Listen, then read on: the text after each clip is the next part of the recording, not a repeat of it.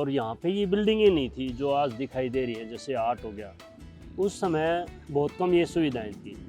8-10 हॉस्टलों का नया निर्माण हो गया, वो 12-13 में हुआ प्रोफेसर रामफल हुड्डा जी के समय में। प्रोफेसर BK पुनिया जी आए, उनके कार्यकाल में वो कई योजनाएं लेके आए। प्रोफेसर राजवीर सिंह जी को, उनका एक नया तरीका मैंने देखा उस समय। मैं यही कह सकता हूँ, ज़्यादा सुनवाई वाली बात है नहीं, एक बात को 10-10 बार कहना पड़ रहा है, 20-20 बार कहना पड़ रहा है। मेरा नाम जोगेंद्र शास्त्री है, वैसे जोगा के नाम से ज़्यादा मुझे जानते हैं और बोलते भी हैं। मैंने 12-13 साल टोटल हो गए, 2010 के राउंड हम आए थे और 5 VC मैंने देखे हैं, जिनका कार्यकाल देखा है, उनकी कार्य क्षमता देखी है, यहाँ के रहन सहन और बदलाव को भी देखा है। तो सबसे पहले जब हम आए तो प्रोफेसर रामफल हुड्डा जी आया करते। उस समय जब हम पहली बार आए तो एक हॉस्टल आया करता और एक ये 3 नंबर और एक ये 4 नंबर, 3 हॉस्टल आया करते बॉयज़ के। 3 बच्चे हमें एक रूम में रहा करते। और यहाँ पे ये बिल्डिंगें नहीं थी जो आज दिखाई दे रही है, जैसे आर्ट हो गया, उधर सौराष्ट्र सदन हो गया, और स्पोर्ट्स कॉम्प्लेक्स में भी नई बिल्डिंगों का निर्माण हो गया, अच्छे सिंथेटिक कोर्ट हो गए, ट्रैक हो गए। उस समय बहुत कम ये सुविधाएं थी। 8-10 हॉस्टलों का नया निर्माण हो गया, वो 12-13 में हुआ प्रोफेसर रामफल हुड्डा जी के समय में। तो उनका कार्यकाल देखा तो वो ये कहते हैं कि टीचरों की भी सुनते थे, और टीचर उस समय स्टूडेंटों की भी सुनते थे। कोई समस्या होती तो स्टूडेंट एक साथ एक आवाज़ में आपस में इकट्ठे भी हो जाया करते, 100-200 500 स्टूडेंट।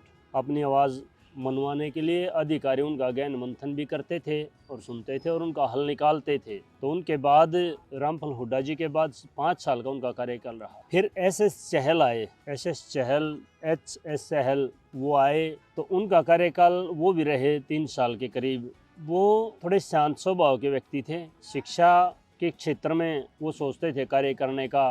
कुछ चीज़ें उनके कार्यकाल के दौरान भी हुई। और SH चहल जो हैं, कई बार हम भर्ती के लिए भी आवाज़ उठाते रहे कि टीचरों की भर्तियां हों, फैकल्टी चाहे नॉन टीचिंग की हो चाहे टीचिंग की, स्टाफ काफ़ी कम हो गया था। लेकिन उनसे एक थोड़ा सा ये रह गया कि वो भर्ती नहीं कर पाए। फिर उनके बाद प्रोफेसर BK पुनिया जी आए, उनके कार्यकाल में वो कई योजनाएं लेके आए। उन्होंने, हमने जब बार बार आवाज़ उठाई भर्ती के लिए, टीचरों के लिए, फैकल्टी की, तो उन्होंने भी टीचरों की भर्ती की। एक ये उन्होंने अच्छा काम किया कि परमानेंट फैकल्टी दे के डिपार्टमेंटों में पढ़ाई का सुधार हुआ। फिर उनके बाद कुछ समय के लिए एडिशनल चार्ज पे सुधीर जी राज्यपाल थे, वो आए। वो कुछ समय यूनिवर्सिटी देते थे और कुछ समय प्रशासनिक कार्यों के लिए उनका रहता था। वो जो दौर था उसमें इतना यूँ नहीं कि हम ज़्यादा प्रोग्रेस कह सकते हैं MD कैंपस को। फिर अब उनके बाद में कुछ समय के लिए एडिशनल चार्ज दिया प्रोफेसर राजवीर सिंह जी को। उनका एक नया तरीका मैंने देखा उस समय, जब वो एडिशनल चार्ज पे थे,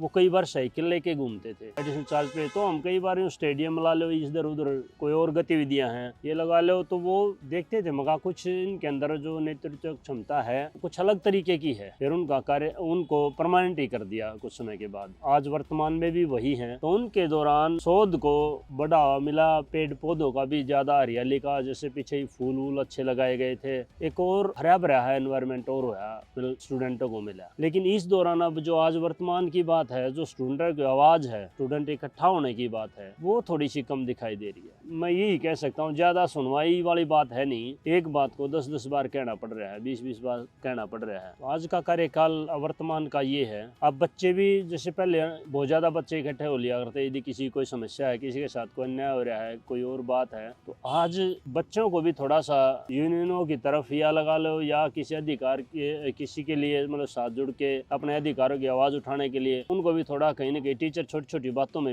यूं कह देते हैं, भाई तेरे असाइनमेंट काट लिए जाएंगे, तुझे फेल कर दिया जाएगा। यानी अब थोड़ा सा बच्चों पे प्रेशर दूसरे तरीके का डालने लगे। वो ये नहीं देखते अब कि भाई बच्चा डिमांड उठा रहा है, वो ठीक है, उसमें कितनी ताकत है। अब 10 में से 10 तो देखो कहीं ना कहीं, मेरे ख्याल पूर्णतया से तो कोई भगवान होता नहीं, 10 तो 10 नहीं ले पाएंगे शायद कोई भी। पर ये कार्यकाल जो था, जैसे प्रोफेसर रामफल जी हुड्डा थे, उनका था, उनके समय में बहुत प्रोग्रेस हुई है। आज हम देखते हैं उनके बाद जो आज काम हो रहा है, ये जो इसमें भी काम अच्छा हो रहा है, जैसे ग्रांटें अच्छी आ रही हैं, कई FDC इधर टीचरों के बनाए हैं। थोड़ा सा एक ही न्यूनता मुख्य आ रही नजर में, परमानेंट फैकल्टी की। जैसे कई डिपार्टमेंट ऐसे हैं बिल्कुल खाली हैं। 2 तारीख को हमने श्री राज्यपाल जी को भी ज्ञापन सौंपा था। तो टीचरों की भर्ती हो तो शोध में सुधार हो, बच्चे आगे बढ़े, नेट JR जितने बच्चे हैं सब PhD में दाखिला ले पाएं, पढ़ पाएं, जॉब कि मैंने प्रयास किए 2-3 दफ़ा, पर जॉब का अब ये रिजल्ट आ रहा है कि ना तो हम इतने वो पावरफुल हैं। ये जॉब में थोड़ा सा ये आ रहा है कि खाली नेट पीएचडी एलिजिबल पूरे हैं, मेरे 15-20 पेपर पब्लिश हैं, 10-15 सेमिनार हैं, पेपर प्रेजेंट हैं। क्वालिफिकेशन की दृष्टि से हम कहीं पीछे नहीं है, मैं तो मानता हूँ। एलिजिबिलिटी हमारी पूरी से भी थोड़ी बहुत आगे हो सकती है। अब 1-2 बुक भी लिखने जा रहा हूँ, तो नेट पीएचडी तो हाईएस्ट डिग्री है एक सब्जेक्ट की,